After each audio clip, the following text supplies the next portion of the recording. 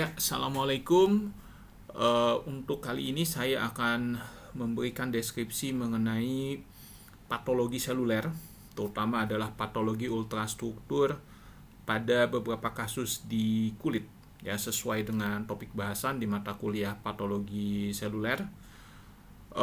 Ada bagian kulit atau integumen. Saya akan bahas beberapa kasus dan morfologi ultrastrukturnya di bawah mikroskop elektron itu seperti apa.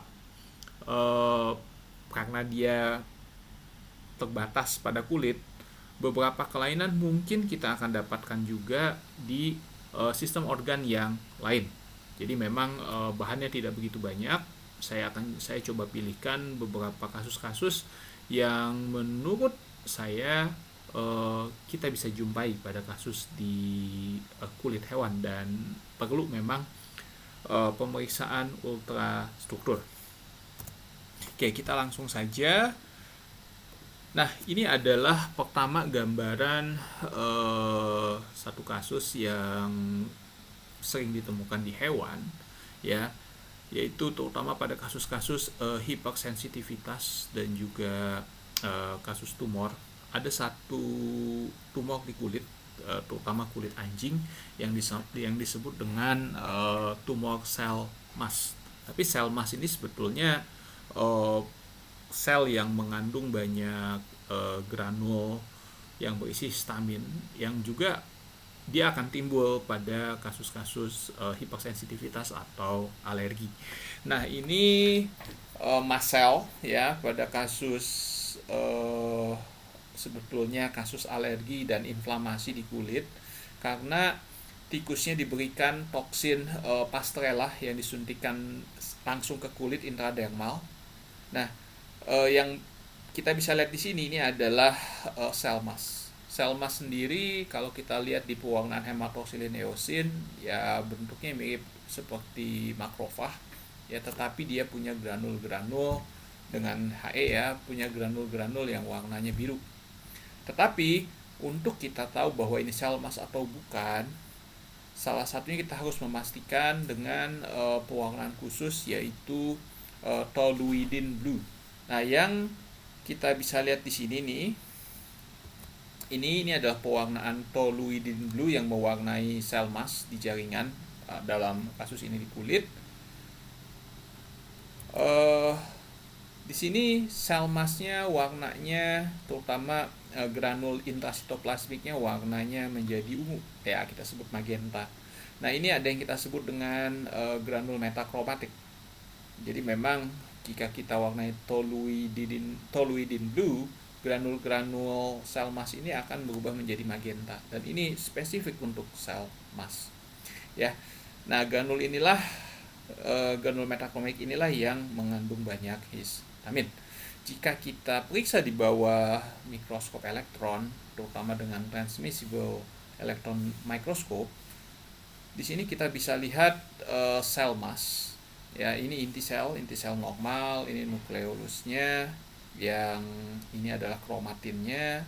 Nah, kita bisa lihat di sini ada granul-granul yang seperti ini. Ya.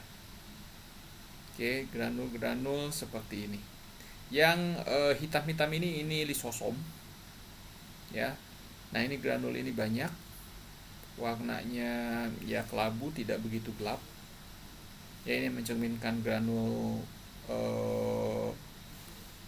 metakromatik, dan ini satu granulnya sudah keluar dengan eksositosis. Jadi kalau kita lihat pakai pembesaran lebih besar, lisosom, ini mitokondria, ya, ini granulnya yang dilepaskan. Di sini ada Golgi, retikulum endoplasma. Nah, ini adalah granul yang sudah dikeluarkan lewat eksositosis. Sering kami melakukan beberapa kali kasus ini, terutama waktu ketika saya studi di Jepang, ketika kita ada kecurigaan sel mas, ya, salah satu konfirmasinya selain kita menggunakan toluidine blue, tetapi kita juga bisa melihat morfologinya dari ultrastrukturnya dari gambaran elektron mikroskop. Sel mas juga kita bisa dapatkan di awal-awal inflamasi. Memang jumlahnya tidak begitu banyak, beberapa orang kalau kita lihat di bawah HE mengkelirukan itu dengan makrofag. Ya, ini juga kasus yang sama dengan sebelumnya, kulit dari tikus yang disuntikan oleh toksin bakteri Pasteurella.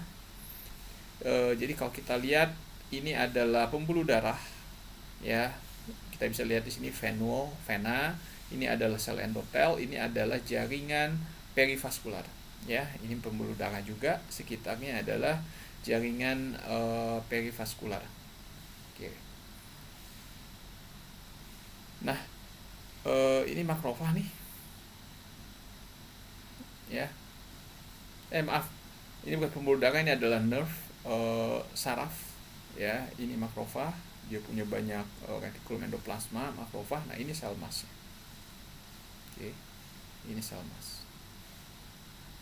Ini sel mas, di sekitarnya ini adalah fibroblast normal, dan daerah sekitar dari pembuluh darah ini melebar karena adanya edema interstisial, ya. Oke, nah ini beberapa perubahan lain yang kita bisa lihat ketika proses peradangan, terutama peradangan akut di hewan. Salah satunya tadi di kasus yang di kulit sebelumnya, kita bisa melihat juga terbentuk yang kita sebut dengan transendothelial channel seperti ini, ya, transendothelial channel. Jadi sebetulnya transendothelial channel ini tersusun dari caveola yang disebut dengan plasma lemmal vesicles. Ini biasanya terjadi di awal-awal proses peradangan, kemungkinan berhubungan dengan proses masuknya cairan berlebihan, ya, ke dalam endotel, dan kemudian dia berfusi nih, yang kecil-kecil ini membentuk transendothelial channel yang ukurannya besar. Dan di sini kita bisa lihat pada kasus kerusakan akibat peradangan, membran basal terlepas, ya, membran basalnya ini nih terlepas dari membran basalnya terlepas dari sel-sel endotelnya. Ini adalah sel endotel. Oke. Nah, ini pembuluh darah. Ini pembuluh darah, ini juga di kulit, ya. Ini adalah sel pericyte yang letaknya di perivaskular. Sel pericyte ini ya mirip dengan sel fibroblast, tapi letaknya di sekitar pembuluh darah. Dan di sini kita bisa melihat ini adalah leukosit semua nih, leukosit. Oke, leukosit, di luarnya sudah ada neutrofil, monosit seperti ini, ya. Dan ini yang gelap-gelap ini, kalau kita lihat bentuknya bikonkav, ini adalah eritrosit. Oke, ini bentuk eritrosit. Dan eritrositnya ada yang sudah keluar dari sela-sela endotel, fenestrae. Dia terperangkap di antara endotel dengan pericytes, ya, subendothelial processus dari pericyte di sini. Oke, ini jadi sebenarnya menandakan adanya terjadinya kemungkinan awalnya perdarahan. Nah, leukosit yang ada di sini sebenarnya keluar dari lumen masuk ke daerah perivaskular. Jadi kalau kita mulai bisa menemukan adanya sel-sel radang, monosit kah atau neutrofil kah di luar, apalagi di sini kita bisa lihat dia sudah mulai melewati dinding dari pembuluh darah, dinding kapiler, ya. Ini artinya kemungkinan si neutrofilnya sudah ekstravasasi ke luar. Ini adalah salah satu tanda awal dari adanya peradangan akut pada kulit. Tapi ini juga tanda awal dari peradangan di semua bagian, ya, di semua bagian organ. Oke, nah berikutnya ini adalah gambaran pembuluh limfatik di kulit. Tadi juga dari kasus tikus yang kulitnya disuntikkan oleh Pasteurella. Satu kita bisa lihat adalah dilatasi, ya dilatasi. Nah, selain dilatasi, kita bisa lihat di beberapa endotel dari limfatik ini ada semacam rongga, ya semacam rongga. Nah, ini semacam rongga inilah yang sebenarnya memfasilitasi cairan untuk keluar masuk ke jaringan, jadi timbullah edema di sekitarnya. Dan yang menarik di sini adalah sama seperti sel endotel di pembuluh darah yang ini, ya sel endotel di limfatik juga membentuk kaveol seperti ini, ya. Jadi kaveol dan juga ada vesicle yang disebut yang sebenarnya menandakan adanya pinositosis. Jadi biasanya ini karena cairan berlebihan masuk ke dalam endotel, ya, jadi ada semacam edema intraseluler yang terjadi. Ini kan salah satu gambaran dari kasus peradangan akut. Dan di sekitarnya bisa dilihat ada fiber seperti ini,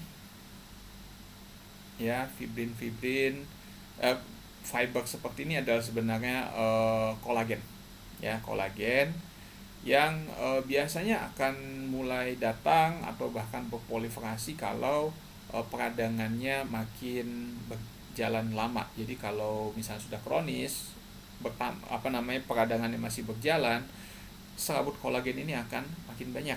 Jadi ya membentuk fibrosis. Tapi karena peradangan akut, serabut kolagen tetap datang tapi dalam jumlah yang lebih sedikit. Nah, ini kasus yang sebetulnya gambaran kasus dari kasus peradangan, sebenarnya peradangan di kulit. Jadi yang kita lihat ini adalah yang ditunjuk oleh panah ini adalah lamellopodia namanya. Jadi lamellopodia ini yang sebetulnya menghubungkan antar sel-sel endotel, ya, kita sebut itu namanya fenestrae. Nah, struktur dari fenestrae ini penjulukannya kita sebut lamellipodia. Ini bisa membuka, melebar, jadi ada celah yang dijadikan jalan untuk sel leukosit lewat, ya. Jadi ini adalah lumennya di sebelah sini, ya, ini sel endotel. Nah, lewat lamellopodia ini dia bisa di antara sel endotel dan kemudian masuk ke bawah sel endotel dan kemudian masuk ke jaringan. Oke, jadi ya ini juga tanda peradangan akut juga, ya, terutama kalau bentuk dari inti selnya seperti ini, berlobus-lobus, bergelambir. Ya, ini menandakan sel yang kita sebut neutrofil. Nah, ini adalah contoh kasus penyakit infeksius yang mungkin kita akan bisa temukan di kulit, ya, kulit hewan, terutama kulit hewan pastinya. Ini adalah kasus parapox virus, infeksi parapox virus. Nama penyakitnya kita sebut dengan ORF. Jadi penyakit ini menyebabkan adanya timbulnya kropeng atau kita sebut krusta di daerah lateral di bibir, ya, di daerah lateral bibir, atau bahkan juga bisa kropeng yang sama muncul sampai ke daerah planum, cermin hidung, ya, daerah hidung. Dan penyakit ini menariknya adalah juga zoonosis, tapi zoonosis ringan. Dia juga menyebabkan adanya kerusakan kulit dalam bentuk vesicle, ya, vesicle yang kalau ada infeksi sekunder dia berisi nanah seperti ini, ada pustula, ya, awalnya tuh lepuh atau vesicle. Ya, biasanya pada manusia penyakit ini masuk dari luka-luka kecil yang ada di tangan atau bagian lain. Virusnya masuk kemudian membentuk lepuh, ya, yang pecah dan bisa diinfeksi bakteri piogenik, ya, menyebabkan pustul seperti ini. Tapi kalau di hewan dia berbentuk bungkul, kropeng, keras.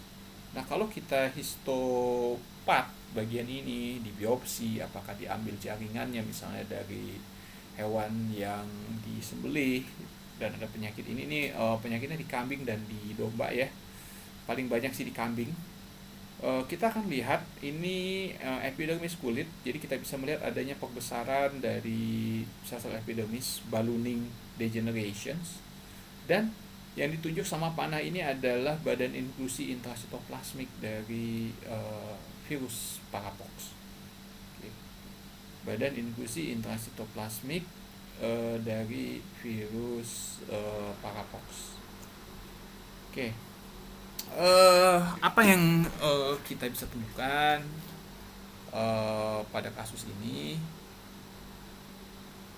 Ya, jadi partikel virusnya sendiri kalau kita lihat bentuknya yang seperti ini nih, lonjong-lonjong begini adalah partikel virusnya, letaknya di sitoplasma.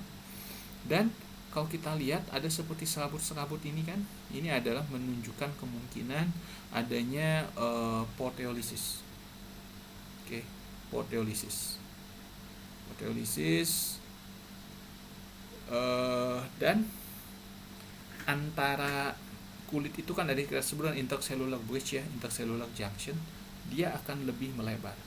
Ya, yang sebenarnya ini menunjukkan mulai adanya proses degenerasi yang mengarah kepada nekrosis. Dan inti selnya mengecil. Pignosis yang ditunjukkan dengan kromatinnya yang jadi lebih padat dan gelap di inti sel. Nah, di sekitarnya ini kita akan temukan virusnya. Ini kalau kita perbesar virusnya seperti ini, atau kalau kita perbesar terutama yang halus-halus akan terlihat seperti ini, memanjang ya, dengan kapsid dan amplop dari virusnya terlihat jelas. Berikutnya ini kasus pox juga. Ini kasus pox disebutkan oleh virus pox. Kalau pengalaman kami sih, kami banyak menemukannya di ayam. Salah satu kita bisa temukan nodul di daerah kulit yang tidak memiliki bulu, misalnya seperti di jengger, pial, atau daerah-daerah sekitar mata ya. Ini kasus di kalkun, kemudian ini kasus di burung merpati. Biasanya sih banyaknya di daerah kepala ya. Kenapa daerah kepala, terutama jengger, pial, atau daerah sekitar mata? Karena daerah itu yang sering terkena serangga atau patukan ayam atau burung lain, sehingga mudah timbul luka, dan dari situlah virus pox masuk. Gambaran HE-nya virus pox itu ya sama dengan parapox tadi, menyebabkan ballooning degeneration, membesar sel epidermisnya. Ya, ini inti selnya. Ini inti sel. Nah, yang kita bisa lihat ada yang ditunjuk dengan panah ini. Ini juga ya, ini adalah badan inklusi intrasitoplasmik. Kita sebut namanya Bollinger Bodies. Nah, kemudian yang menarik di sini, jadi kalau kita lihat ini kan ada seperti vakuol-vakuol kecil nih, vakuol-vakuol di HE-nya nih. Nah, ini ternyata adalah lipid inclusion namanya. Ya, beberapa kasus kan bisa menemukan cairan, tapi sering juga itu berupa lipid inclusion yang dikelilingi oleh partikel virus pox. Jadi kalau kita lihat nih, bentuknya antara virus pox ini dengan parapox sama ya, bentuknya memanjang seperti ini, dan ini salah satu virus yang ukurannya sebetulnya cukup besar. Oke. Nah, ini yang tadi lipid inclusion, globule lipid. Ini adalah virusnya, dan ini kita bisa lihat mitokondria yang membesar, yang sebetulnya menandakan adanya degenerasi sel. Mitokondria masih berfungsi, tapi mengalami kerusakan yang membuat mitokondria membesar, karena membran mitokondria ini jadi lebih permeable, sehingga cairan mudah masuk dan mitokondria akan membengkak. Ya, jadi dengan ultrastruktur, dengan menggunakan mikroskop elektron, kita bisa melihat sebetulnya kelainan yang terjadi dari HE itu karena apa. Sering kami menemukan ballooning degeneration ini biasanya karena timbunan cairan, tetapi jadi kalau kita perhatikan ya, ada bagian yang jernih, ada bagian yang sedikit ada warnanya nih.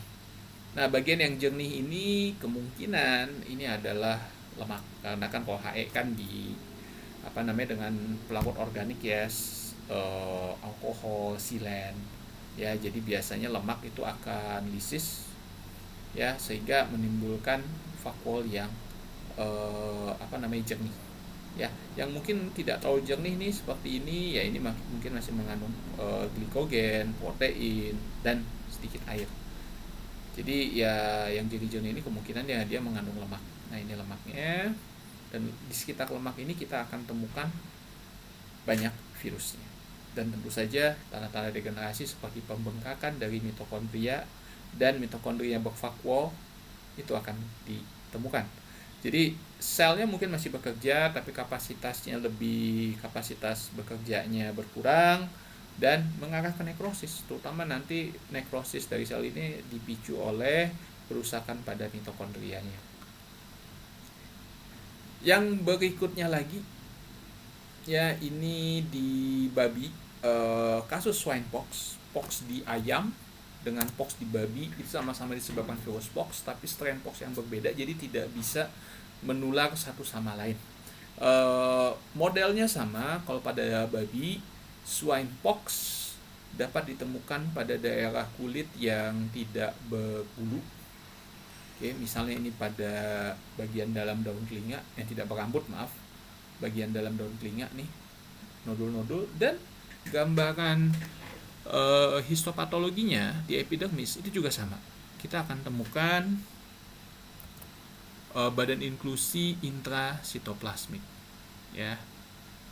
Tentu saja ya, ballooning degeneration juga kita temukan. Oke, nah ini kalau kita buka ya, kita sampel, dilihat lebih dalam menggunakan mikroskop elektron.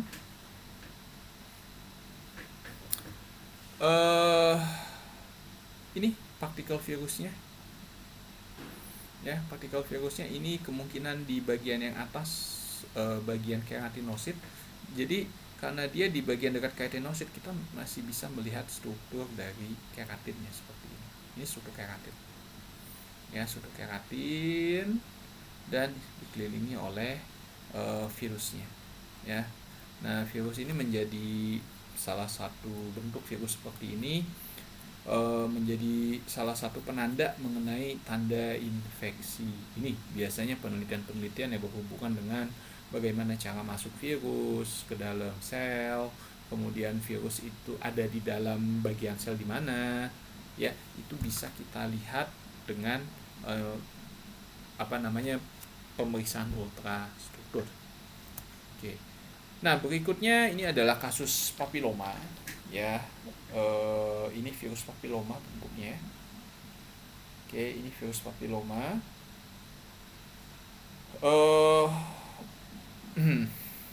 Di virus papiloma ini adalah inti sel,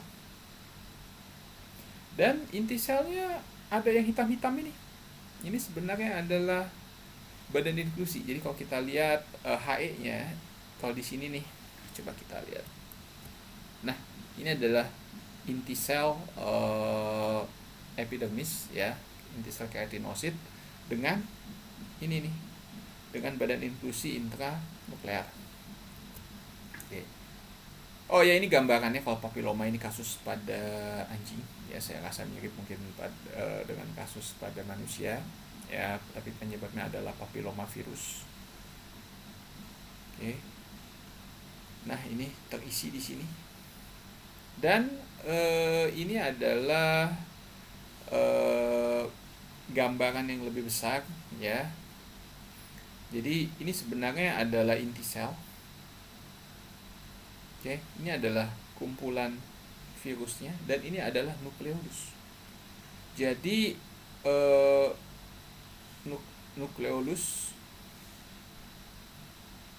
yang hitam-hitam ini ya sebenarnya adalah kromatin, tetapi ini nih yang hitam-hitam ini, bukan kromatin, yang hitam-hitam ini adalah kumpulan virus, dan ini virus-virusnya semua nih di dalam nukleolus, dan ini agregat virus di daerah sekitar nukleolus di dalam inti sel.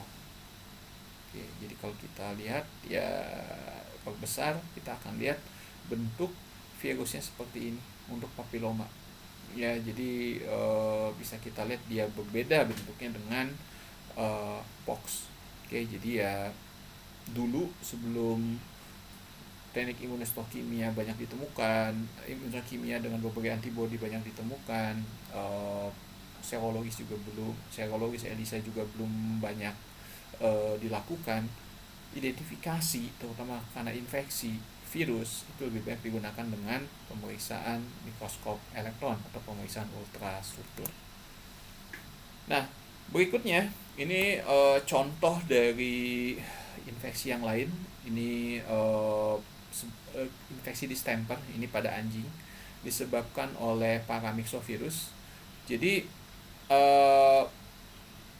distemper ini sebetulnya menyebabkan adanya peradangan saluran respirasi atas, trachea, bawah juga paru-paru, termasuk gastroenteritis, tetapi juga di kulit, dan dia bisa menyebabkan adanya yang kita sebut dermatitis kronis, sampai menyebabkan adanya hiperkeratosis dan fibrosis yang berakibat biasanya terjadi pada bagian kulit di daerah telapak kaki anjing, sehingga telapak kaki anjingnya menjadi lebih keras, maka kita sebut dengan hard pad disease.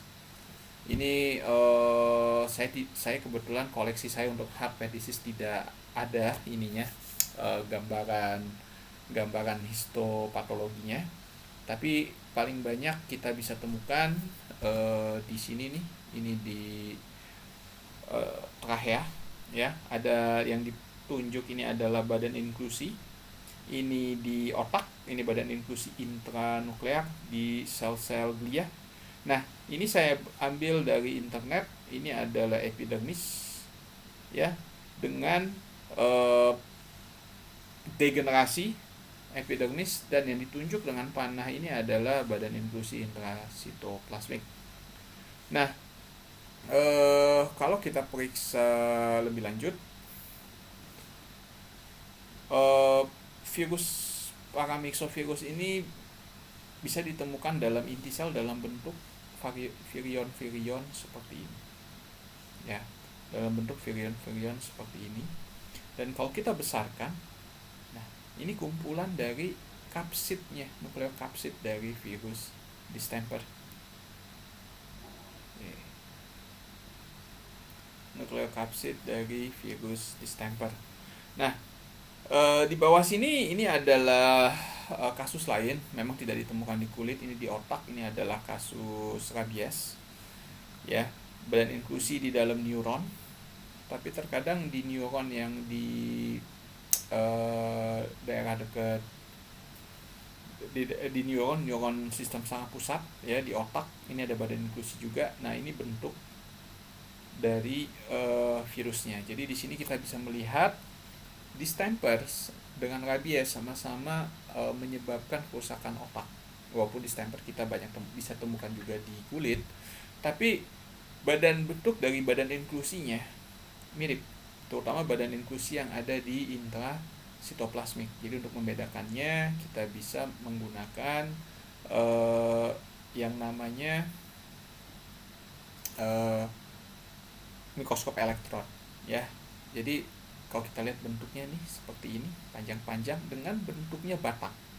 Makanya kalau rabies disebut dengan rhabdovirus. Rhabdo itu bentuk batang. Kalau ini bentuknya bulat-bulat memanjang ya, membentuk kumpulan virion yang tebal. Nah, ini gambaran ini yang membedakan antara badan inklusi rabies dengan distemper. Jadi membedakannya tuh paling mudah dulu, karena belum ada teknik imunohistokimia, belum banyak digunakan. Diagnostik pada saat itu, terutama untuk diagnostik penyakit virus, dilakukan dengan melihat morfologinya di bawah mikroskop elektron. Nah, ini salah satu contoh kasus tumor pada kulit dari anjing. Ya, ini ada nodul di kulit anjing. Nodulnya biasanya basah, ya, berminyak. Nah, nodul ini di biopsi kita bisa melihat adanya proliferasi dari sel-sel kelenjar minyak, kelenjar sebaceous. Ya, nah ini kalau bagian ini kita ambil, dilihat di bawah mikroskop elektron, oke, lipid globulesnya terjadi seperti ini. Ini lipid globules. Ya, lipid globules ini akan terlihat jernih ya, karena memang ketika processing dari mikroskop elektron itu menggunakan molekul organik yang juga melisis dari lipid globul lemak ini juga, ya, di globul lemak ini juga. Nah, ini sel-selnya, ini adalah sel-sel basal, ini sel kelenjar sebaceusnya. Dan kalau kita lihat sel-sel kelenjar sebaceusnya, kita bisa lihat vakuol lemak, tetapi kita bisa lihat juga membran basal, retikulum endoplasmanya makin banyak, karena memang ya yang biasanya berperan pada salah satu pembentukan lemak, sintesis lemak di dalam sel itu adalah retikulum endoplasma, terutama adalah smooth endoplasmic retikulum endoplasma yang halus. Oke. Jadi ya ada gambaran vakuol jernih, ya, disertai juga oleh proliferasi dari retikulum endoplasma, ya. Ini merupakan gambaran karakteristik nih dari kasus-kasus sebaceous gland tumor, ya, baik itu yang adenoma maupun yang karsinoma. Oke, mungkin itu bahan dari saya. Terima kasih.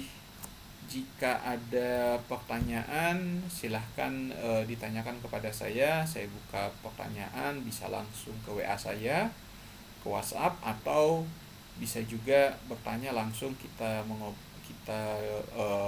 berbincang lebih jauh, ngobrol lebih jauh di kampus, ya, di kantor saya.